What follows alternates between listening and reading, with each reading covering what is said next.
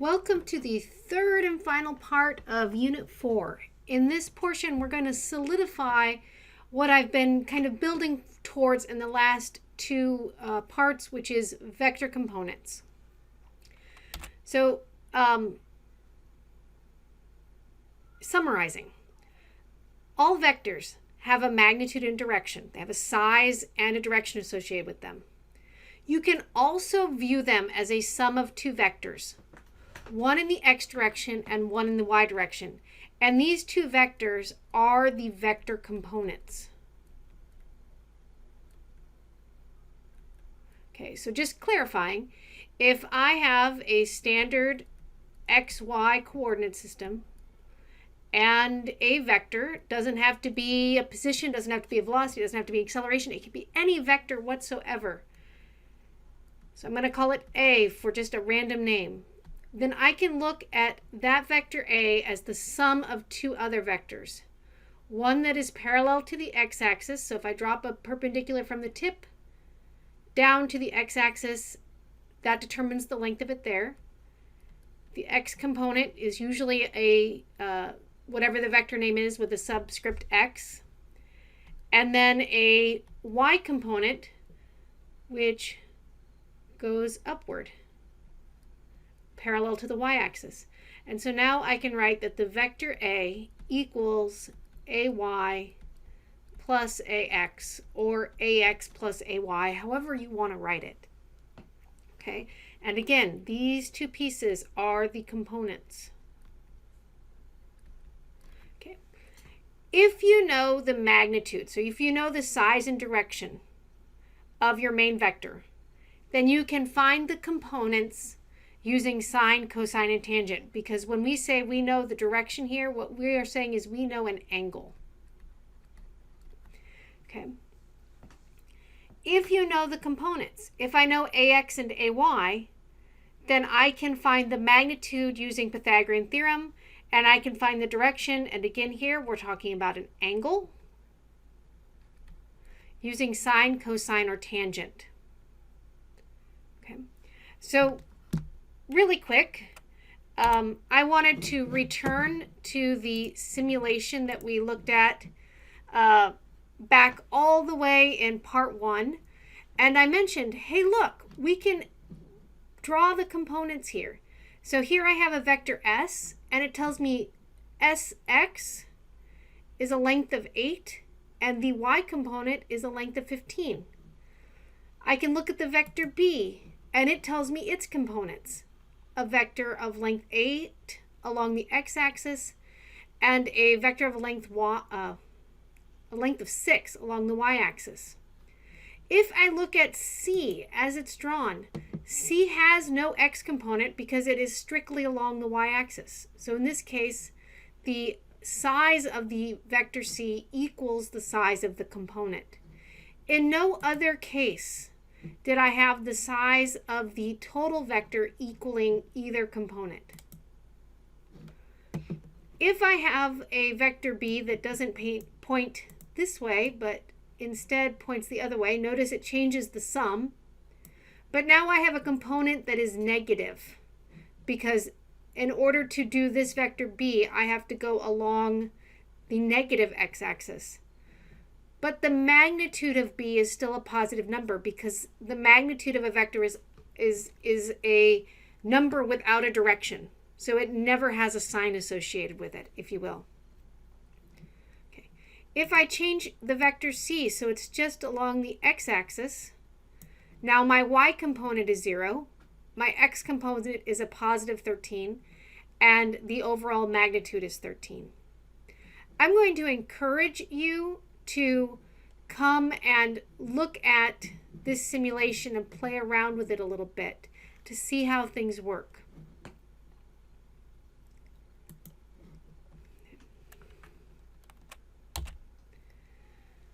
So if I have a vector, it looks like in this case it's a velocity vector, but it doesn't have units necessarily of meters per second. So if the x component of that vector is 6.8 units long and the y component is negative 7.4 units long, determine the magnitude and direction of this. Okay. the first thing that I always like to do is I always like to begin by drawing myself a picture. So I start with my coordinate system.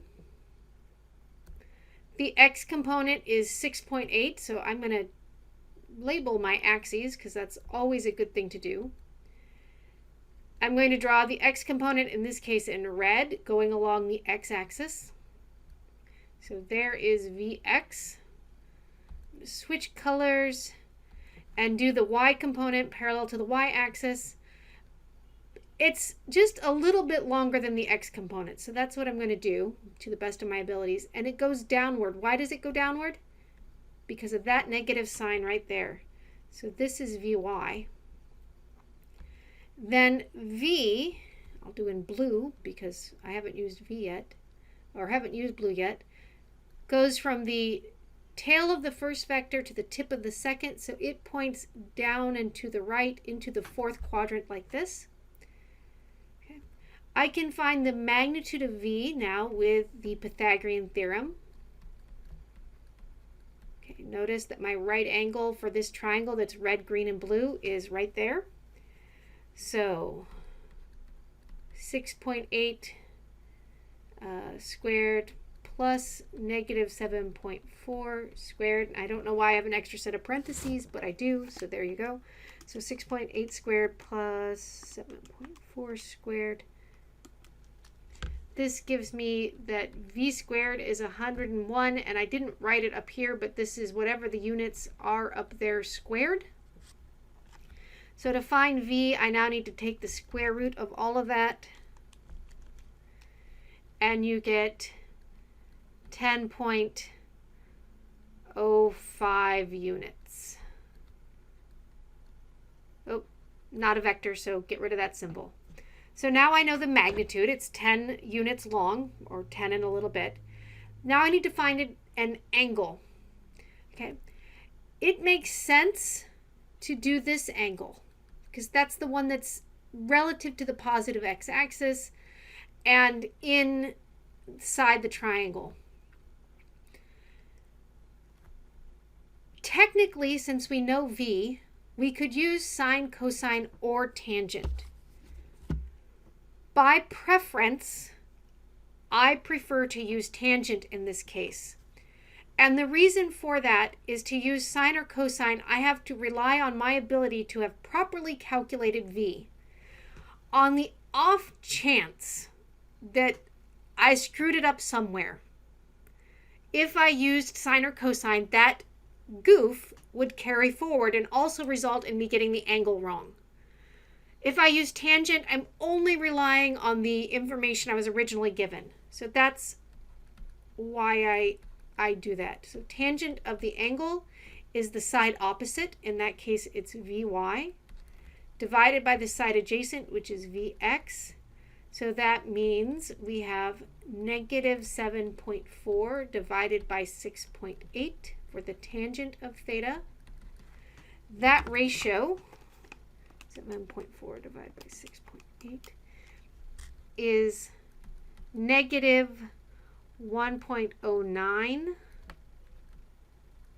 That's the tangent of theta. So theta is the inverse tangent of negative 1.09.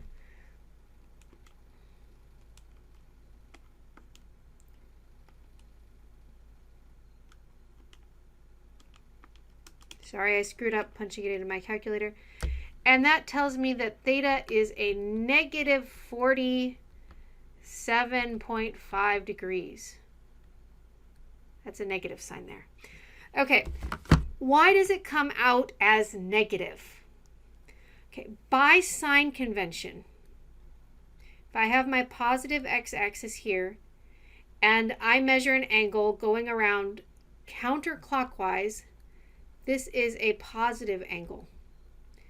If, on the other hand, I measure an angle going around clockwise, by definition, this is a negative angle, which is what we have here. We're going clockwise down from the positive x-axis, so it comes out negative by the sign convention established for angles. My preference would be for you to describe your triangle tell me where the angle you're finding is, and then give me the answer. So if you had this triangle somehow described and you told me that angle was 47.5 degrees, I would be content. If you want to use the typical sine convention, I'm okay there too. You do need to tell me something about, with respect to the positive x-axis or with respect to the y-axis or something like that, because not all angles are measured relative to positive x, if you will. Okay. Couple of questions here. Some of them we've answered already. Can the magnitude of a vector ever equal one of its components? Yes. We saw 2 examples of that when we were working in the simulation. And this occurs when one component equals 0. Okay? So if my vector is only in the x direction, so the y component is 0, then the magnitude of the vector will equal the length of that component. Can it ever be less than one of its components? Well, remember how we're doing this. It's a triangle. Right? So this might be the x component. I'm going to go with v's again because v's are nice. Right? It's a triangle. And the triangle might have one edge that's 0, which I know doesn't make it much of a triangle. But remember the properties of a triangle. The hypotenuse is always larger than either of the legs. You can find that through Pythagorean theorem. So the answer to the second question is no. Okay. Moving onward. I mentioned this in the last video. I'm going to bring it back up here. Typically, I would say 90% of the time,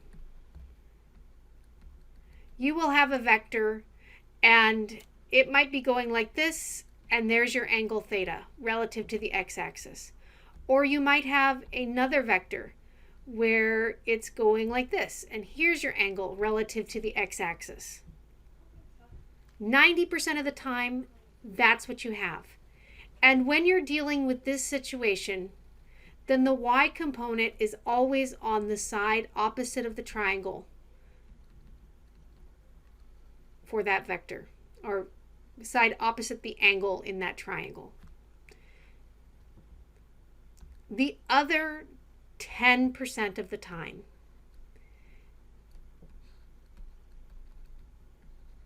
you have a vector might be going like this, and the angle is there relative to the y-axis instead of relative to the x-axis.